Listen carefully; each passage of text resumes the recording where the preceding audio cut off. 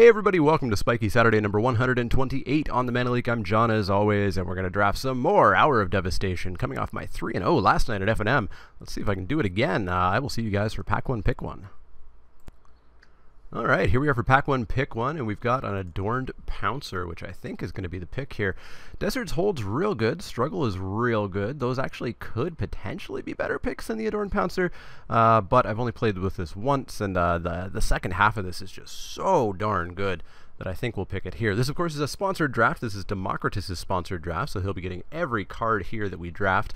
He also just got a Mana Leek playmat for reaching the $60 lifetime milestone of being a Patreon backer.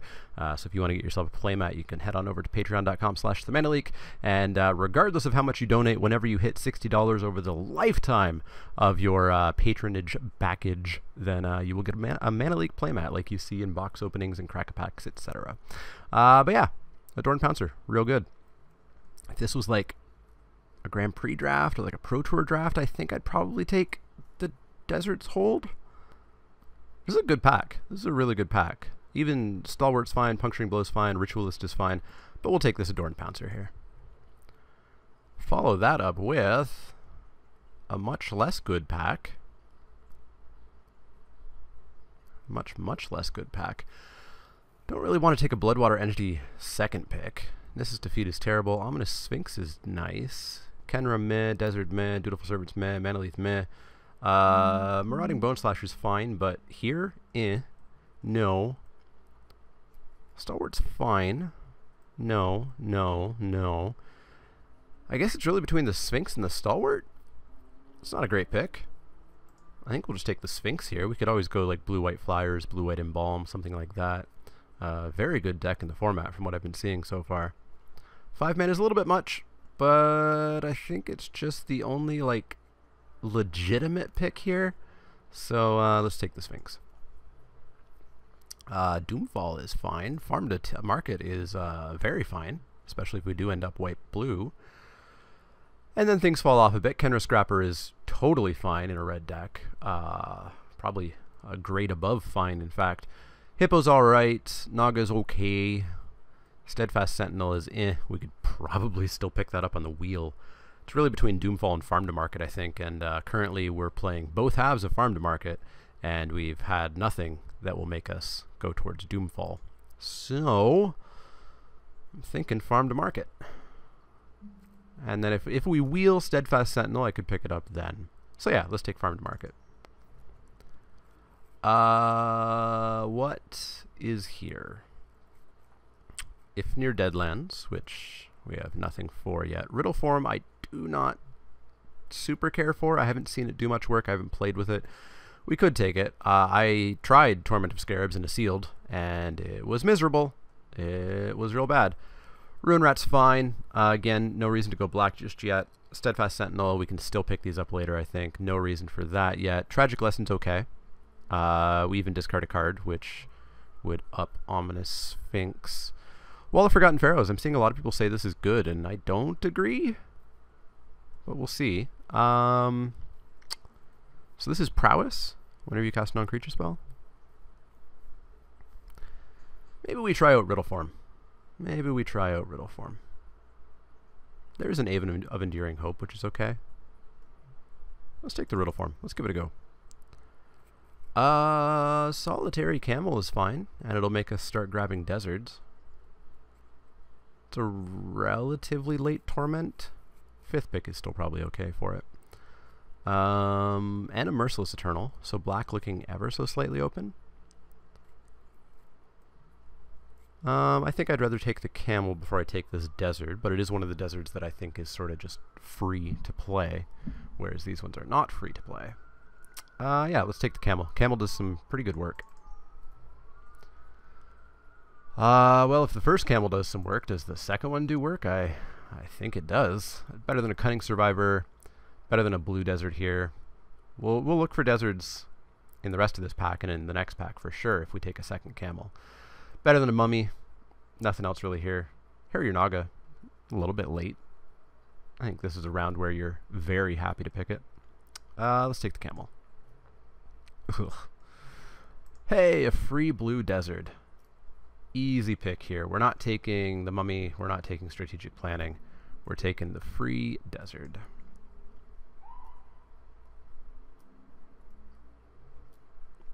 We get an Aven anyways. Ooh, Unquenchable Thirst, especially for picking up deserts. Yeah, I'll take the Thirst over the Aven. I want to grab preferably 2 more deserts, maybe even 3 more deserts. Yeah, like I said, here's the Sentinel, and I think we're pretty happy to take it. I don't really want the Cunning Survivor. We are not going to be a cycling deck, and our discarding is going to be somewhat minimal, so I don't know if Riddle Form will make it. And Ominous Sphinx is just a 4/4 flyer for 5, which is fine. But yeah, let's take the Sentinel. Proven Combatant. Could be okay. It's probably better than the Servants and probably better than Manalith. Boy, I was hoping this format would be Manalith friendly, and it is not. Yeah, we maybe end up, you know, grabbing Temet or something in pack 3. That would be slightly Christmas landy, but who knows? Act of Heroism is a totally fine combat trick. I like it more than the second Steadfast Sentinel. Keeps our curve a little bit low. Give him +2/+2 is really handy. Make that a 6/6 and block like 2 2/2s. Oh, good times.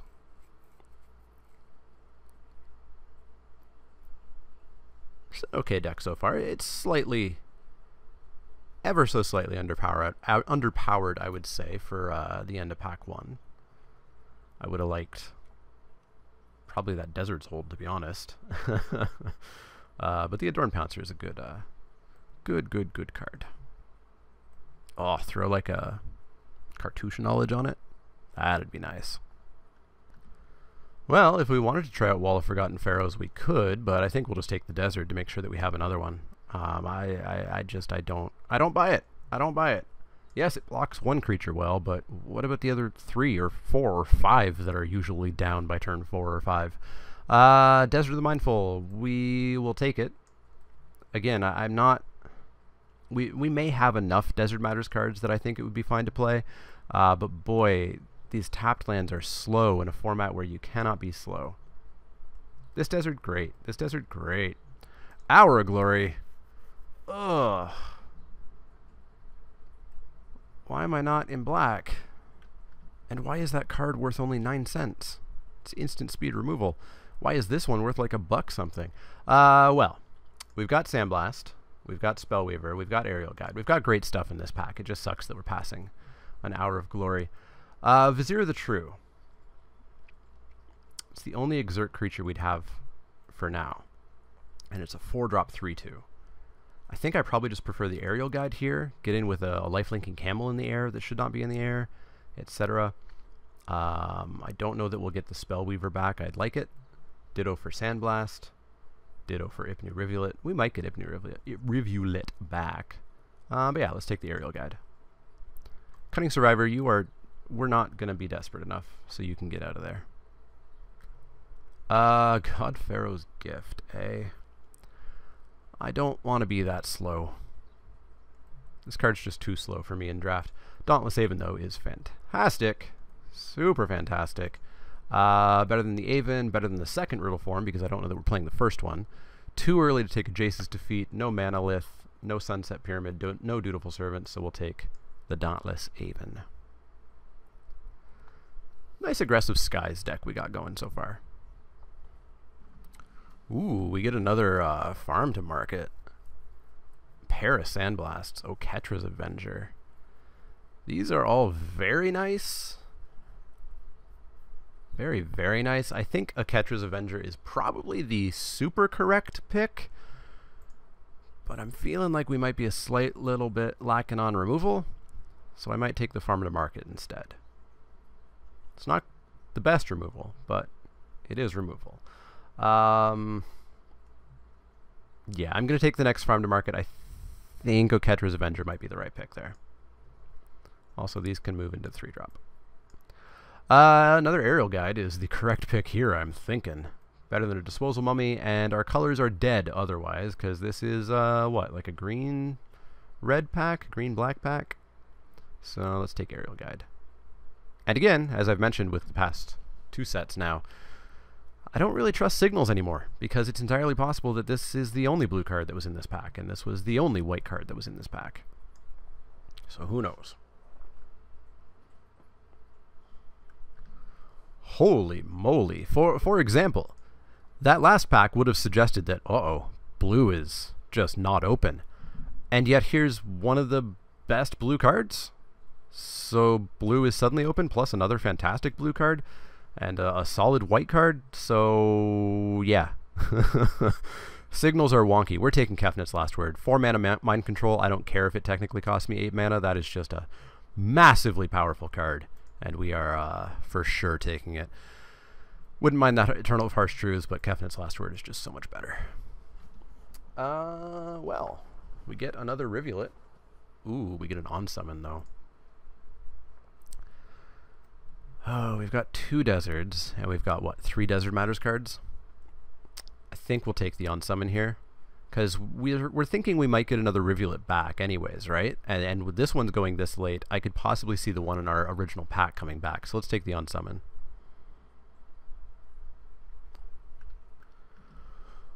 Oh boy, Azeroth's Undying Fury. Yeah, I'll just take another Camel, I think. Which really makes me hope we get that Rivulet back, because I don't want to take any of the deserts in pack 3. Yeah. Camel number 3. In you go. Well, not going to play that. Super unlikely to play that. I'm not going to play a second tap land, though. Ugh.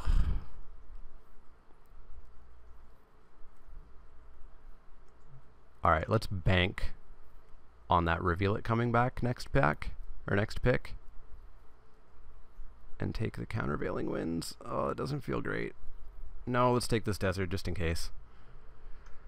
And let's take this Countervailing Winds. There we go, we got there. Yeah, I don't want a Disposal Mummy, really, at all. And I don't want a Wall of Forgotten Pharaohs. I don't buy it.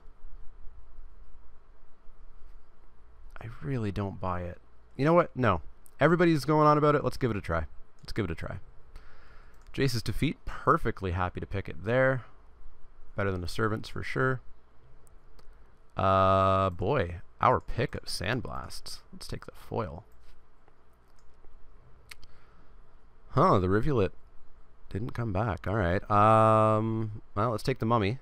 Not gonna play it. We're not gonna be that starved for picks in pack 3, I hope. Please? Decent enough deck, though. We've got removal, although it's all kind of conditional on attacking or blocking. Luckily, creatures do those 2 things in games. We've got aggressive sky stuff. Make this fly after it's eternalized. Oh. Lifelinky? Perfect. Seems good to me. Jace's Defeat if we're up against blue. Cast Out. Yeah. Yeah, Cast Out seems like the pick here. We're not really a trial deck, not with 11 creatures. We don't super want an Anointer Priest. I'd love this Essence Scatter if it comes back around, and it might. If that Kefnet's Last Word came so late, I could definitely see Essence Scatter wheeling here. Don't want a Painted Bluff, so I think we have enough deserts. So yeah, Cast Out. Easy pick. And now we want like 3 more creatures. Maybe 4. I don't think we're going to play this Riddle form. New Perspectives, no.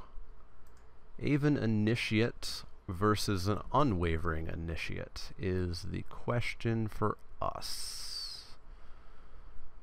And I think we want to fly a little bit more. So I think I'll take the Aven Initiate rather than the Unwavering Initiate. I think.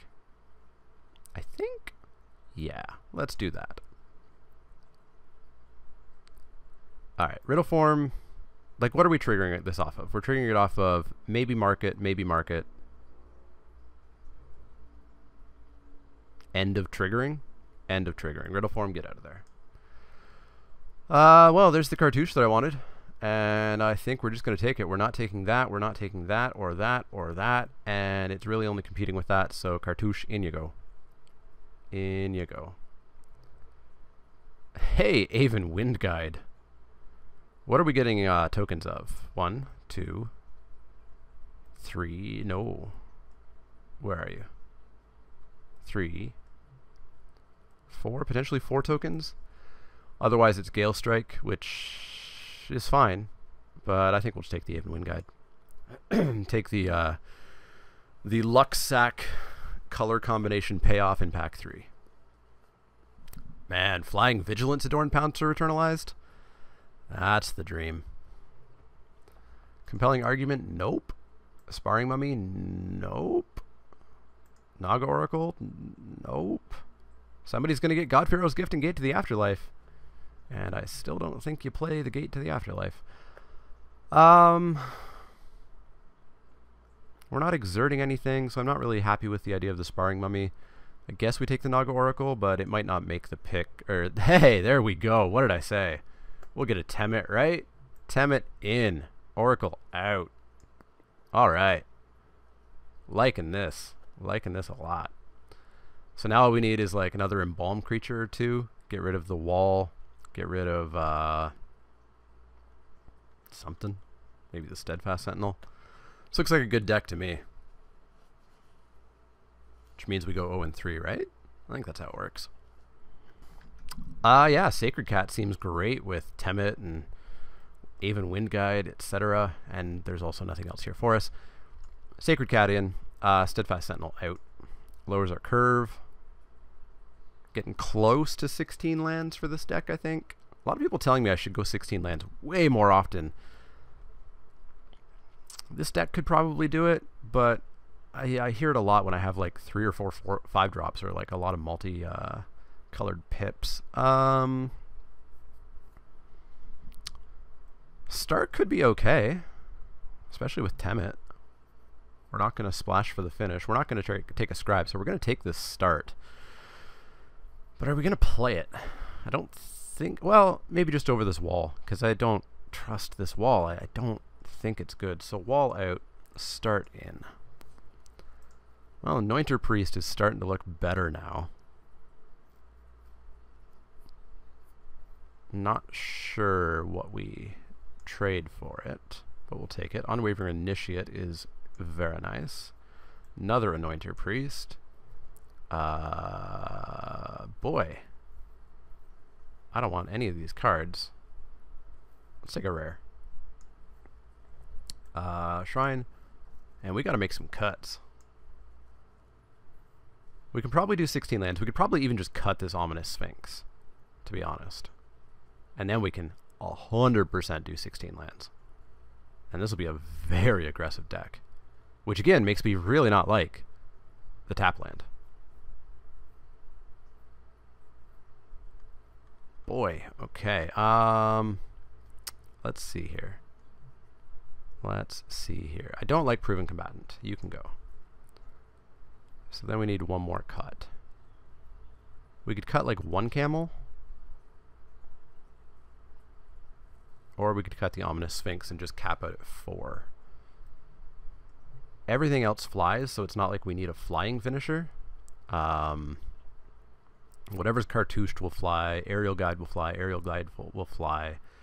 Aven will fly. Aven Initiate will fly. Aven Wind Guide will fly. Anything attacking with the Aerial Guide will fly. Anything that's token will fly. So we could maybe get by with cutting that Sphinx even. I think we'll try that. Cut the Sphinx. We'll do 16 lands. One of which is an Ipnu Rivulet. One of which is a Desert of the Mindful. One of which is a Survivor's Encampment. The rest of which are islands and plains. Especially 16 lands, aggressive deck, I don't want to be playing 2 of these deserts. I really, really, really don't.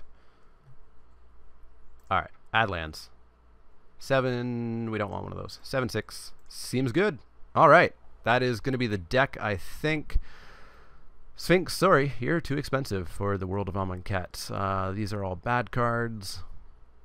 So yeah, we're going to go in with that. So I will see you guys for match 1.